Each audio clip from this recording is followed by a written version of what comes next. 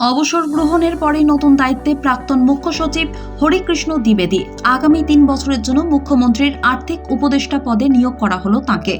2021 সালের মে মাসে রাজ্যের মুখ্য সচিব পদে দায়িত্ব গ্রহণ করেছিলেন হরিকৃষ্ণ দ্বিবেদী। রবিবার অবসর গ্রহণ করলেন তিনি। তার জায়গায় দায়িত্ব পেলেন বিপি গোপালিকা। একটা সময় অর্থ দপ্তরের সচিব ছিলেন দ্বিবেদী। সূত্রের খবর, সেই অভিজ্ঞতাকে এবার কাজে লাগাতে চাইছেন খোদ মুখ্যমন্ত্রী মমতা বন্দ্যোপাধ্যায়। সে কারণেই এবার মুখ্যমন্ত্রীর আর্থিক উপদেষ্টা করা হলো হরিকৃষ্ণ দ্বিবেদীকে। প্রসঙ্গত, রাজ্যের নতুন রাষ্ট্র সচিব হয়েছেন নন্দিনী চক্রবর্তী। স্বরাষ্ট্র সচিবের পাশাপাশি পরিষদীয় দপ্তরের প্রধান সচিব এবং পর্যটন দপ্তরের অতিরিক্ত দায়িত্ব সামলাবেন তিনি। উল্লেখ্য, এতদিন রাজ্যের স্বরাষ্ট্র সচিব পদে ছিলেন বিপি গোপালিকা। তার পদোন্নতি হয়েছে। হরিকৃষ্ণ দ্বিবেদী অবসর নেওয়ায় রাজ্যের মুখ্য সচিব হয়েছেন গোপালিকা। রবিবারই নতুন দায়িত্ব গ্রহণ করেন, ফলে ফাঁকা হয়ে যায় রাষ্ট্র সচিবের পদ। সেখানে এলেন পোড় খাওয়া IAS নন্দিনী চক্রবর্তী।